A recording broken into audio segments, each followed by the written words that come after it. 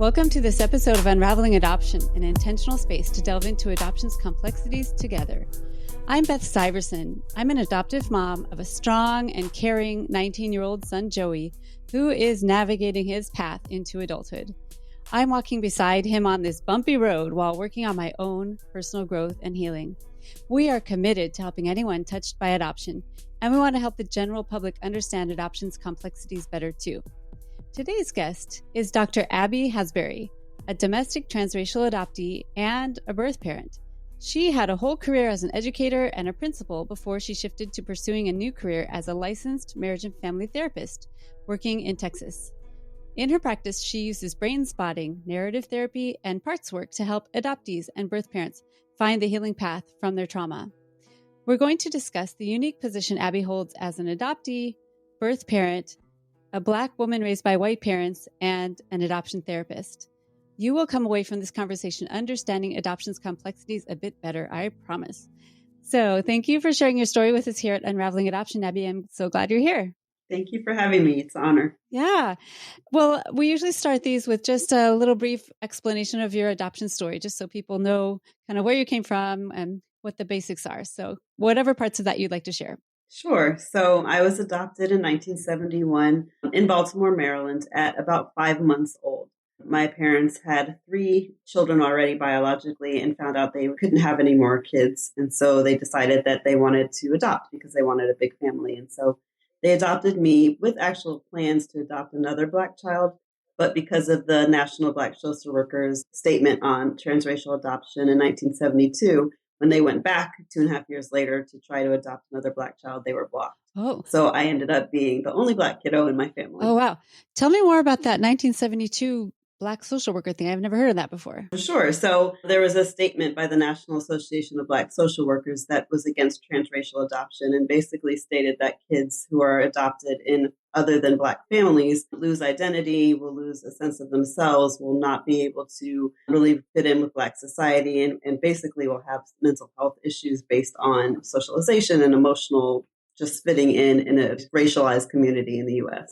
So in the whole U.S., it was outlawed for a while or just not encouraged or what? Not encouraged and really hard to do it. So they were blocked by the social workers who they originally went to. And they said, we're not doing this anymore until we kind of figure this out. So. Okay. I have 2 questions about that. First, sure. It seems like white people are adopting Black babies again. So did that kind of fade away? What happened? Yeah, it did. I think that people started thinking about what kind of preparation do we need and what kind of, support do people need. Oh. Although I don't think that has actually been done very well. Yeah. So, but yes. Yeah, that was kind of overturned and, well, not even overturned, but more ignored.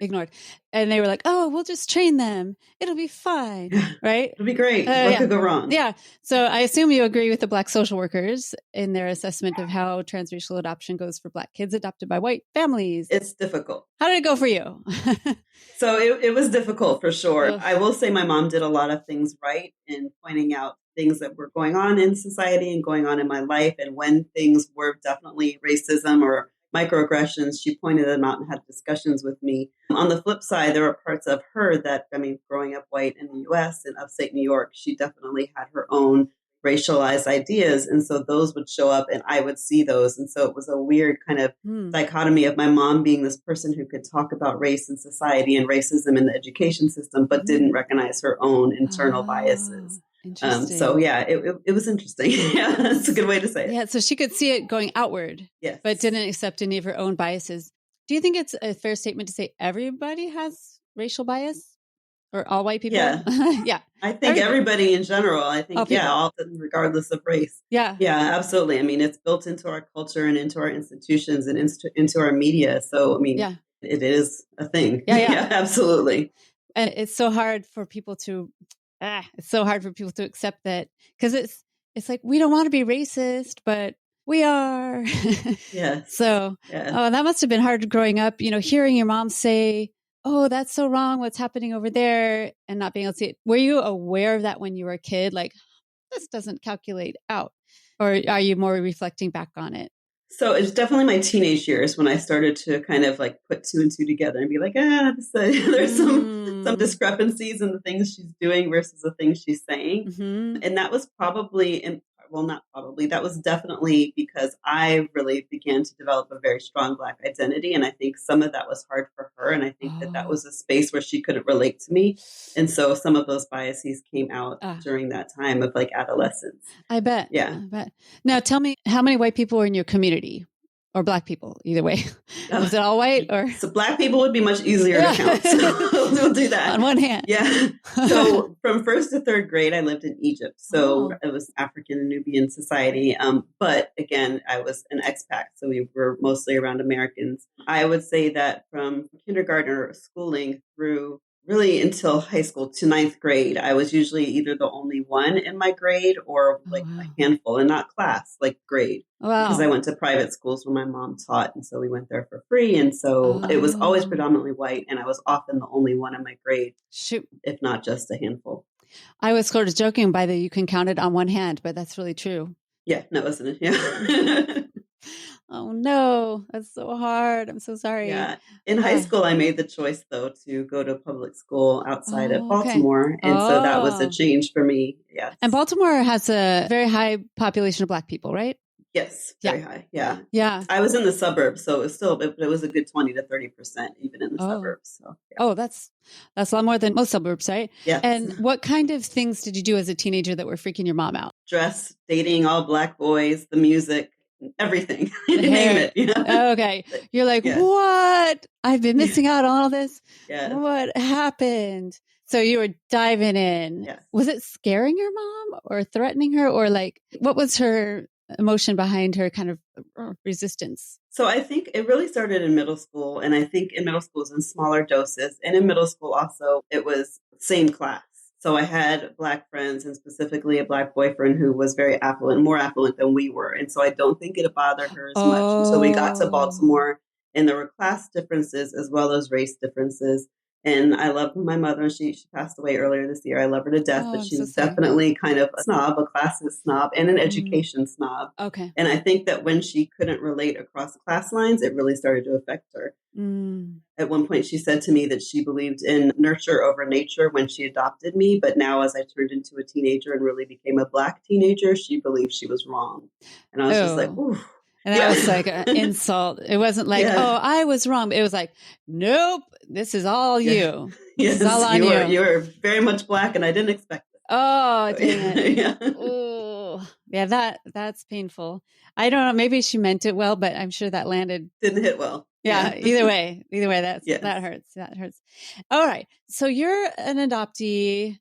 Like, how often do you talk about adoption and stuff like that when you were a kid before you got pregnant? I want to see kind of like where you stood with adoption before you made the choice to relinquish, or however you want to say that. So before high school, I went to the schools where my family all went, and my mom taught. So it was just like, here we are as a unit. I never had to explain it. Everyone knew I was adopted. Everybody knew. I didn't have to talk about it. It wasn't even really part of my identity. It was just like everyone knew, and all my friends knew my family. All my friends had my mom as a teacher. And so it really wasn't a thing until high school, when I decided to not go to the private girls' school that my mom was going to teach in Baltimore and instead. So then it was introducing these people to my family as my friends. I started to get to know them, and now it's time to come over, or my mom's dropping me off. And so that was when I really started to think about how different I was than them. So these new Black friends are like, who's that white lady? And you're like, oh, that's my mom. Yeah, my dad. Yeah. Yes. When you made friends with the Black kids at your new school, did you feel like, oh, crap, I've missed out on a bunch of stuff that I don't understand? Like, did you feel like you were a fish out of water? So I think that because I really started 7th and 8th grade, it was more then. And I think everyone is figuring out who they are in that age. So I think I just kind of incorporated my Black identity in 7th and 8th grade. And it was the age of BET came out like for the first time. And so I was like seeing Black music in the same way my friends were. So I wasn't necessarily missing out on videos and things like that. That's good. There were definite times where there were references and things of culture that I didn't get, but I became a student almost of Black identity and Black culture. Can you give me an example of what you missed and that you had to kind of catch up on quickly? Sure. So for one, my speech, learning how to code switch. So I learned how to code switch in like 8th and 9th grade, and listening to music and singing along and learning Black dialect that I had not heard in my own home. I definitely code switched. So when I was around my friends, I spoke one way. When I was around my family, I spoke a different way, which is the opposite of when you think about code switching. It's usually you're the one person in your house, and then you go to work and you have to turn on your phone voice. Oh, I had to turn my phone voice on at home, which is very different and, yeah, and sometimes problematic. I often felt more comfortable at my friends' houses than I did at my own. yeah, I bet. I bet. Oh, I bet that was just really hard to navigate. And being a teenager is tough enough, right? Like all the identity issues. And then you add adoption on it, and then you add transracial adoption onto it. That just must have added a whole bunch of extra layers of things to think about when you're out in space, out at school or out at where kids hang out. You're like, oh yeah, I got to remember, like you said, you're a student of it and trying to like Yes. remember facts about which ways to say words and stuff like that. I'm sure Yeah. that was hard. Oh my gosh. Well, okay. So it sounds like in your teenage years, you were kind of trying to navigate, trying to figure out who you are and trying to figure out your place in the world. And then what do you want to tell us about how you found out you were pregnant and all that piece of it? Sure. So I don't even remember how I found out. Like, I think it's so much trauma that I actually don't recall, like actually one day it happening. Oh, wow. So I was 16 years old when I got pregnant and tried to hide it from everyone. And, that was back in the 80s. And so big sweatshirts and all of that, I was able to hide it from everybody. So is that overalls era? Yeah, all of that. Yeah, Yes. nice. Big baggy clothes, and I was able to hide it. I still played volleyball and ran track and did all the things the whole entire time. And so at some point, I think I was about 5 months pregnant, my mom realized that I was sleeping a lot more and just kind of lethargic. So she sent me to the doctor. She thought I had mono. And so I went to the doctor, and immediately he's like, okay, yeah, you're pregnant. Do your parents know? And obviously not. They thought I had mono. So he said, you have to tell them. 2 months later, I still hadn't told them. And so he actually broke HIPAA and called my parents and told them that I was pregnant at 7 months. Yeah. So were you glad he did that or no? So yes, because I don't know what I would have done. Well, honestly, now that when you ask, I've never thought about that. No, probably not. Because had he not told them, I probably wouldn't have made a birth plan, and then I would have kept my child. So yeah, I never thought about that till this very moment. So probably not. I think it was probably the right thing to do as an adult and a professional. But yeah, no, because what happened then is my parents kind of got involved and said, what do you want to do? We had 8 weeks to make this decision. And actually it was less because I went into labor early. Oh, wow. But so we talked about adoption. We talked about all the things. And I refer to it as birth mother grooming, the process that I went through, because everyone said, we will support you no matter what you decide to do. But no one showed me what that would look like. So it was kind of, you want to run track next year. We already have you signed up for track camp at Penn State in the summer. And, you want to possibly run track in college. How are you going to do that? You don't have a job. We don't have a crib. We don't have an extra room in the house. Like, how are you going to do all these things? But if you want to do them, we'll support you. But that's not really showing someone what that support looks like versus here's this adoption plan. Here are these wonderful grown adults who already have children and who know how to have children and have money and resources and a room, and they really want this. You could do that, or you could ruin all your plans, is basically what I heard. Yeah. And they weren't saying, but we'll enlarge our house and build a nursery and we'll find a way for you to keep your... No.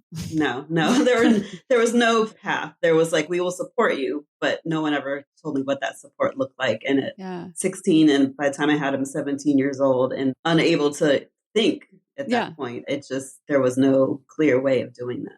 It seems like they were holding track over your head, and I'm sure it was a very big part of your life. Yes. But college and track, yes.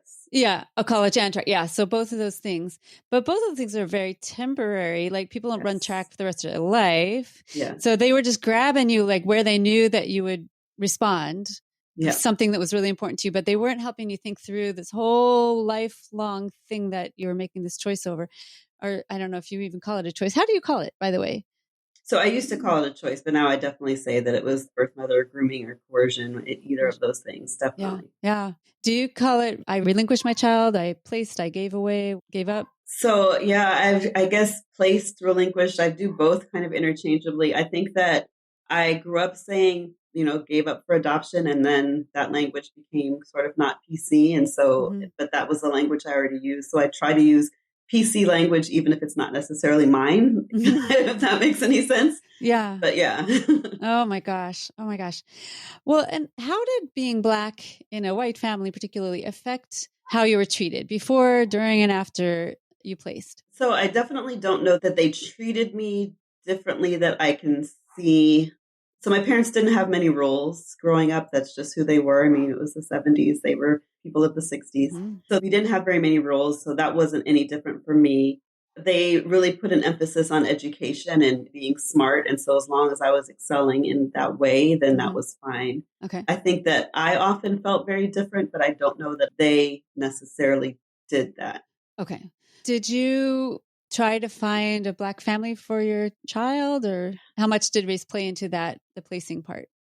So yeah, this is a sore subject. It played a huge part in it. So when I thought about the family that I wanted an educated family with at least Black people in the family. I didn't have to be 100% Black, but at least Black family. So I chose a family who had a Black doctor and a white lawyer. And I thought about the Cosby Show when I did it. They had already adopted a Black child as well earlier. And so I thought like this would be perfect family. Okay. Flash to like 2010 when I found and reunified with my son, that isn't the family that he was actually placed with. So the one that I chose from the book of families is not where he was. And he was actually adopted transracially by a white family. Okay, this makes me so mad.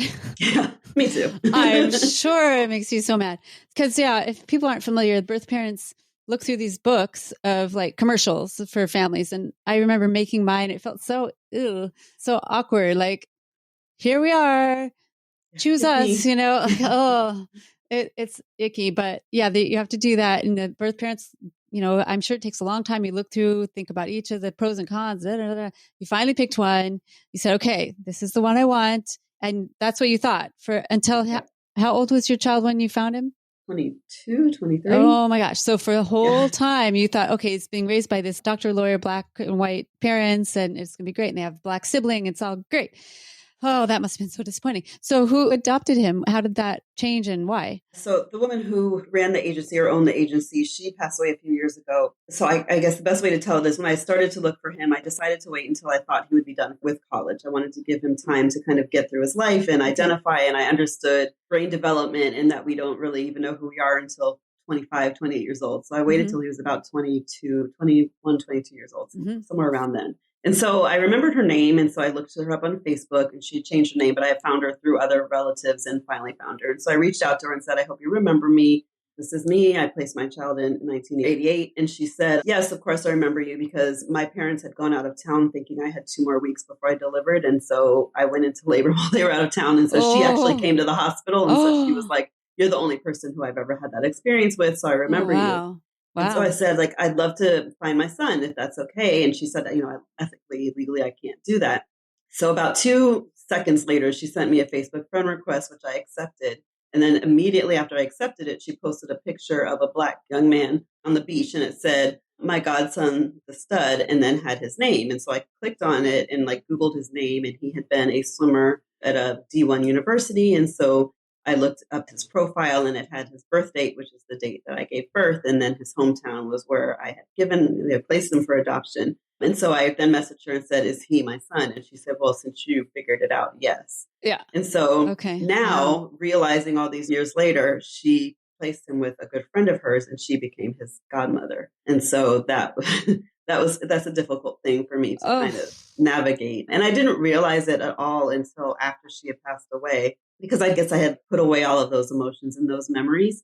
And so it wasn't until a couple of years ago when someone was asking me, like, when you were a child, who were your fake parents? Like, if you thought about it, I was like, oh, the Cosbys. And then I remembered. It was like that memory just clicked. And I was like, oh my gosh, that was not the family I chose for him. And so that's all been within the last couple of years that I realized that, even though I found him in 2010. Oh, wow. So it didn't click right away. Oh, because you had blocked out a lot of that. All of it. Yeah. Oh, wow. Wow. That must have been a rude awakening. Like, oh no. Yes. So he was raised by white people. Yes. Any people of color in the family at all? Like, yeah, he had 2 siblings. I don't remember exactly correctly because it's been a blur, but I think one of his sisters is Asian and one may have been from India or a country, I don't know, somewhere close to there. Okay. Okay. Well, how, I just get so angry about thinking about that story that I don't know how you even can just survive that. Luckily the lady's gone, I guess. Otherwise, you might like go strangle her yourself. Yeah. Oh man, that's just so. And just that she basically took your son and gave him to her friend. It's just like, Yeah. who does that? Yeah.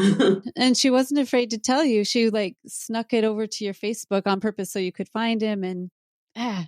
like, I wonder what was going through her head, but you'll never know because she was gone before No. you figured it all out. Never Right? know. Yeah. Wow. That's quite a story. And what kind of relationship do you have with your son now? So right now we are cordial at best, I guess. Like we send nice emails to each other back and forth on occasion. For a while, it was very close. He even lived with us for a little while. And I think that all of the emotion of adoption and him trying to, I think that he thought that once he found me, that it would complete him. Mm-hmm. And when there's still trauma. I mean, that just finding someone doesn't undo the trauma. Yeah. I think that he's still processing a lot. Okay. So I just kind of feel like with all of my kids, my job is to love them and be here. Mm-hmm. And my job is not to inflict anything emotionally on them or my emotions on them. It's his process. He needs to go through it, and I'll be here when he's ready to do whatever he needs to do, whether it's no contact, full contact, or what we are right now. It's really his prerogative. So it's like occasional, hey, happy whatever holiday or whatever, Thanksgiving or whatever. Got it. And you have other kids. Yes. You ended up having a bunch of other kids. Three kids. Okay. Very good. I see on Facebook sometimes you have a lot of people in those pictures. They must all have spouses or something. I don't know. Yes. Yes. Big family. Yeah, very good. Yeah. Now, when you were coerced into relinquishing, what was your idea of adoption at that time? Because you weren't really kind of out of the fog at that time. We're like, well, I guess adoption is good because look at what happened to me and I turned out okay. And look what family I got raised in. And, you know, they're upstanding. Sounds like they had money and good jobs and everything was fine. Yeah, I think lots of denial, lots and lots of denial for sure. Yes. Yeah. And so I think that honestly, I don't feel like I had any feeling towards adoption. It just was what it was. I remember people used to ask me, like, what is it like growing up in a white household? I'm like, I don't know anything else, so I can't really answer that question. That was really legitimately my answer. And so I just felt like it was what it was, and I hadn't processed anything negative or positive. It just was. Adoption just was a thing. Hmm. Do you have any statistics on how many adopted people are birth parents? I don't. No, I don't. I just wonder how often that happens, especially when you're young and you haven't really processed your own adoption yet, because I assume now you would never do that. No. And it was coerced anyway. But when you're 16, you don't even know who you are yet. And you're just trying to navigate. That must have been just so hard. What feelings come up when you think about that era? Is it mostly anger or? No. I try not to live in any kind of negative space at all, just emotionally, it's just who I am as an individual. So, I mean, sometimes it's just sadness. I feel like there just wasn't the right support. I didn't have therapy at all. No one said, you should probably see a counselor. Like that wasn't a thing. Oh. So actually 2 or 3 weeks after I gave birth, they sent me to track camp with a note saying that I had a medical procedure and that I wasn't able to participate, but I still wanted to learn. So God. That was my therapy. That's quite a medical procedure. Yeah, quite. Jeez. Looking back on it, I feel like people did what they did because they thought they were doing the right thing at the time. And so I try not to harbor a whole bunch of anger or resentment because people are flawed. People do things I didn't know. Had I known what I know about adoption and trauma, I think that it's great that we have podcasts and TikTok and Instagram so that adoptees now understand like these things that they're feeling are part of this. Because if I had had any of that information, I would have never placed them. Yeah. There's more and more, it seems like, accessible information of first person accounts and things like that. I agree with you that I believe 99% of the time people are doing the best they can. Yes. People almost always have good intentions, even probably the social worker. Yeah. Who knows what happened with that other family? Maybe she thought, well, this is way better over here. Who knows? And everybody was trying their best, but just were woefully uninformed. Yeah. But do you see things are getting better for birth parents now? No, I think that the information is getting out there. I think that things were getting better, but I think that the adoption industry then has done different kind of things in laws and policies to shorten the period of waiting and to do things to still provide infants to people who want them without thinking about family preservation. Yeah, it's a business, right? Like, Yes. we need more babies. Yes. So you go find those pregnant, vulnerable women and say, oh, but look over here. They could have so much more with this other family. Yes. And so that still is happening, but it's a little bit more subtle. Yeah. It's not quite as shaming, maybe, but still. Yeah. I don't know that it is. I think it's just different. I think that there are people who are doing some of the really great work, and there's some people who are doing awful things, like moving them to states with laws that make it easier to adopt quicker and sever birth Oh, mothers' rights sooner. And so you find in a birth parent who's in one state that has very liberal laws, and you say, oh, let's move you to this place in this hotel away from your family without support. And it's just going to be easier here, or you're oh, allowed to yeah. get financial compensation here, and so I think that there are just tricks that people come up with when knowledge is attained. I didn't realize they did that. That's horrible. Yes. Yeah. So each state has different rules about how long the waiting period is where the birth mother can change their mind. And some states are like 0, right? Like as soon as that baby pops out, no You more. can sign right then and there. Yeah. Yeah. And then each state has different rules about, you said compensation. So some states allow the hopeful adoptive parents to pay for medical and like apartments and clothes and stuff, right? Yeah. Feels kind of like bribing. Yeah. A little bit. Yeah.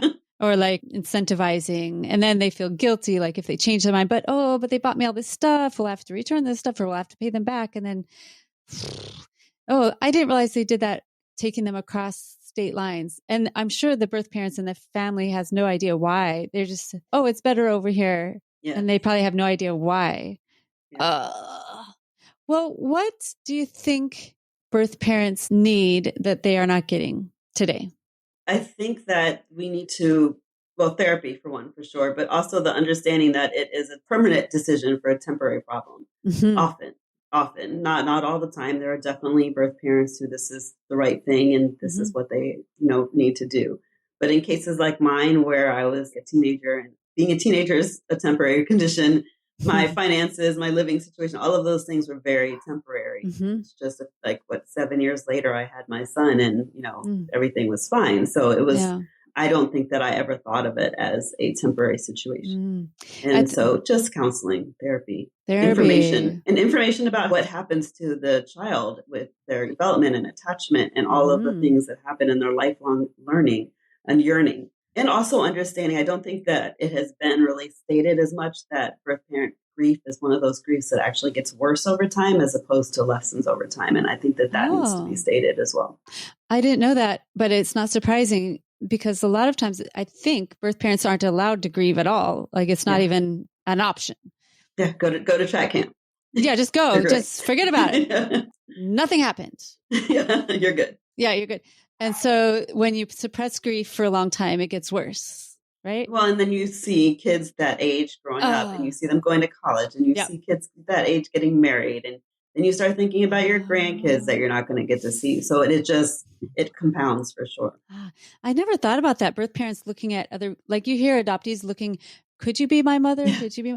It's the same thing in reverse. Yes. You just look at people their kids' age. Oh man, that little kid over there, that could be my kid. Oh my gosh. That must be really hard. Does it continue to this day like that? Or now that you know him, it's maybe less? Yeah, now that I know him, it's not so much just because I have contact. So, yeah, but if you didn't have contact. Now, so you were a principal and highly educated. I don't know how many degrees you have, a whole bunch of different degrees. And you keep going to get more. But you had this amazing career in education. Sounds like you're really successful and very passionate about education.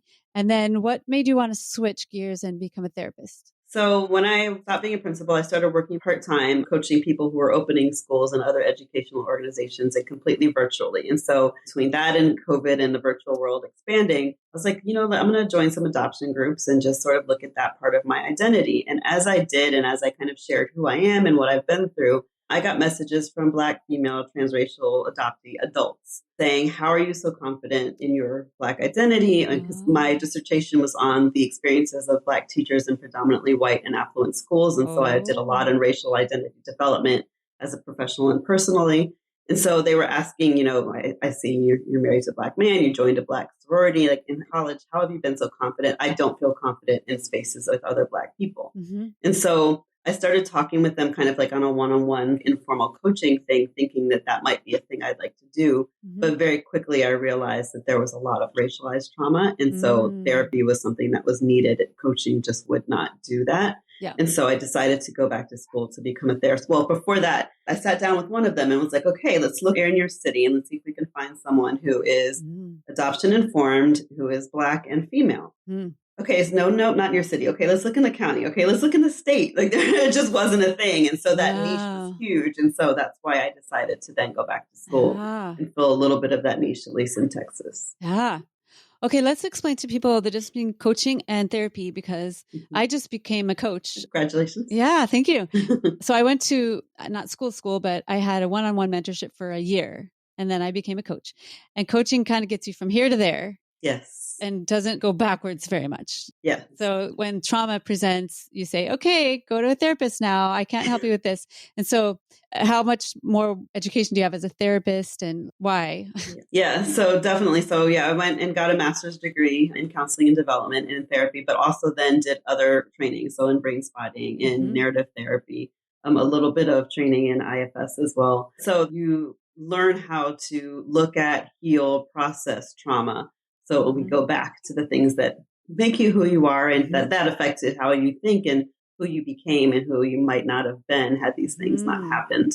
And even processing how those things live still in your body and how you then figure out how to navigate that, as opposed to coaching where, okay, this is where you want to be. This is your goal. This is what we're going to do to get there. Therapy says, okay, this is where you are. How did you get there? And how do we heal it to make this space more you, more authentically you? Yeah. So it's much deeper. It goes more backwards.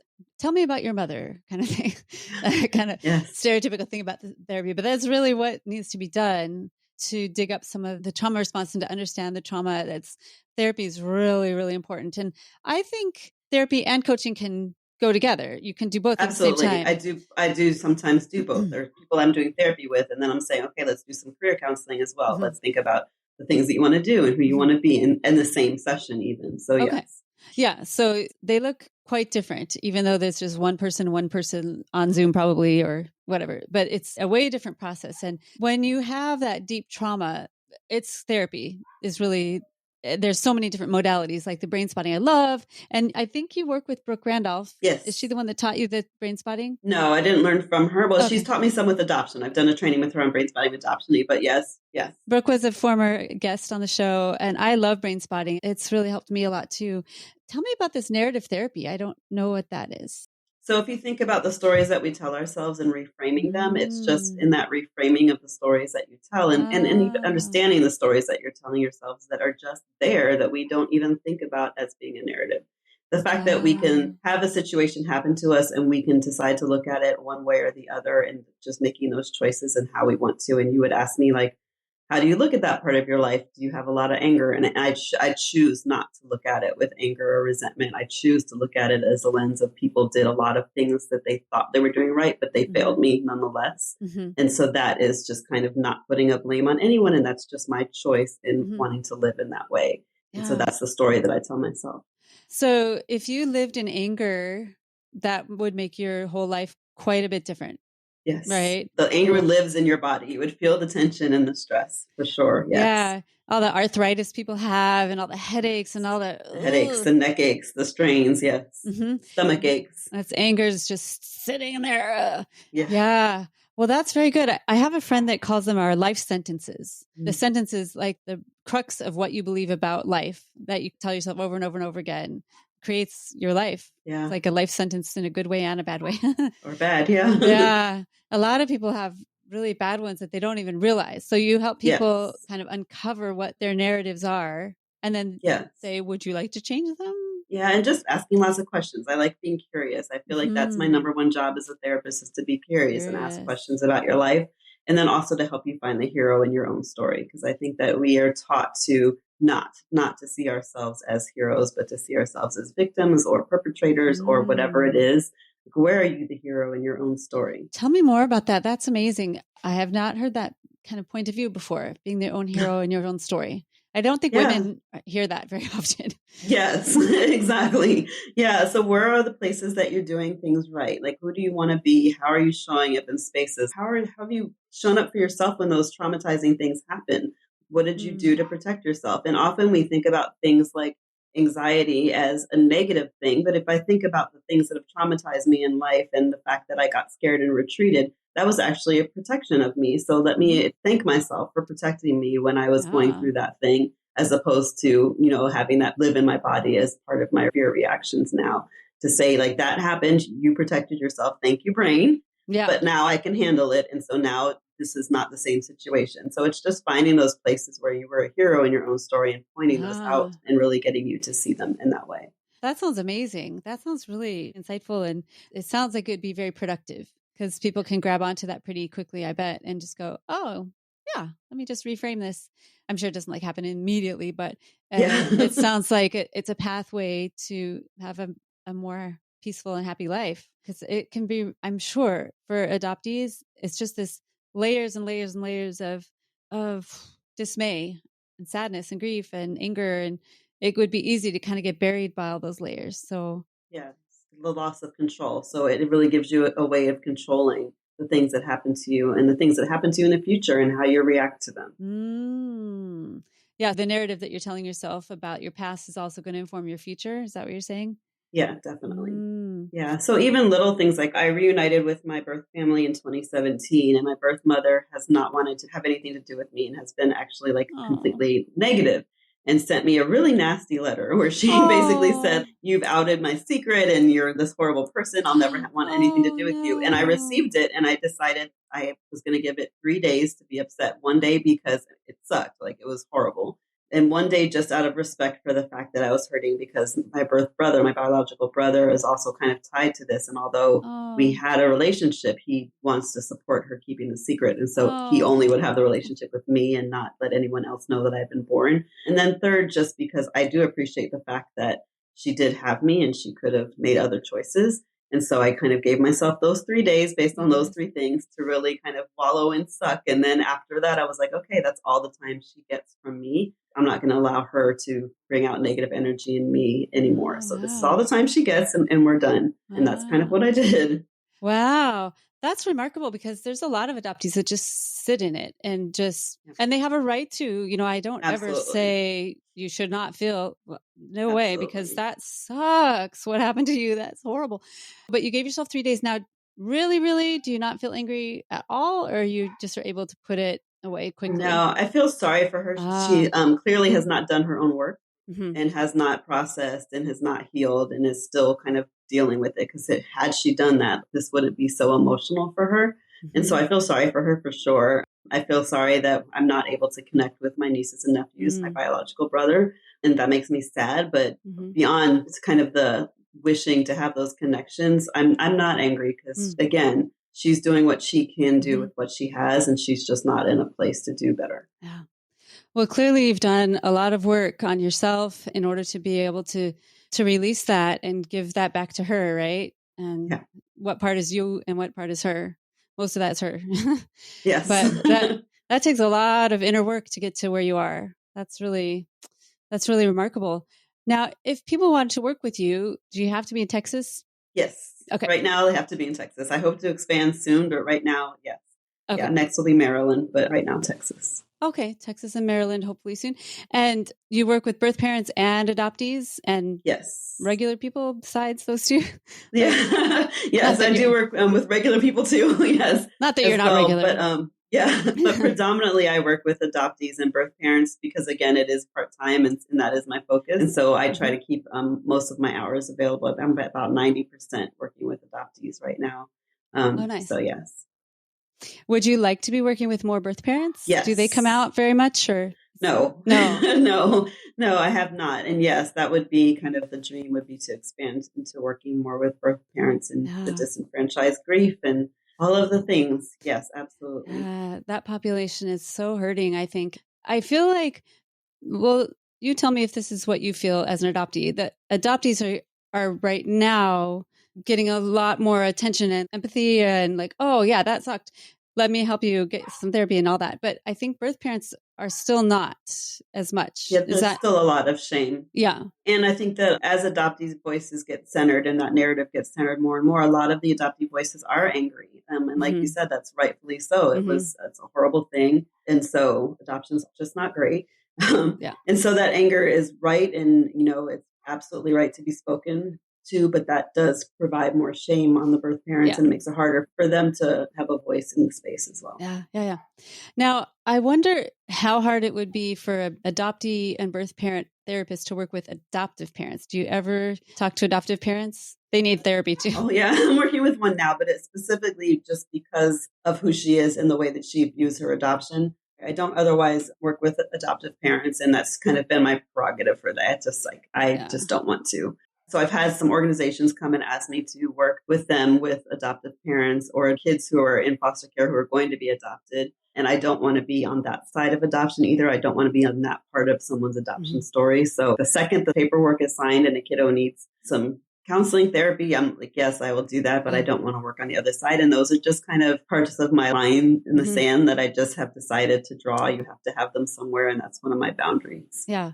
So if they've already been adopted or fostered, then you'll work with them. But if they're asking you to come into the family before for a hopeful adoptive parent situation, prepare, you're like, nope. If the deed is done, I will help you, but you don't want to participate in that whole process. No. I might make that my rule too, because people have said, well, why don't you go talk to adoption agencies? They need to have people training. I'm like, I don't want to associate myself with adoption agencies. Yeah. They're in the business of adopting, and I don't want to keep doing this unless it's super absolutely, there's no other choice.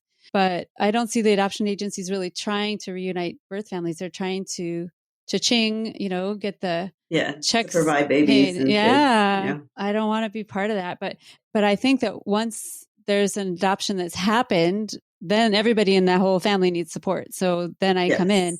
But on that end of things. Yeah. Well, gosh, I wish I lived in Texas. Well, I'm also an adoptive parent, but maybe my kid could come see you if I lived in Texas. So whoever lives in Texas, do they come in person if you live in the same town? I do all virtual because I'm actually living in Baltimore right now. Oh, you're back in Baltimore. So we moved back. But your license is in Texas. So so they have to be in Texas. That's why you're getting your license in Maryland. Okay, got it.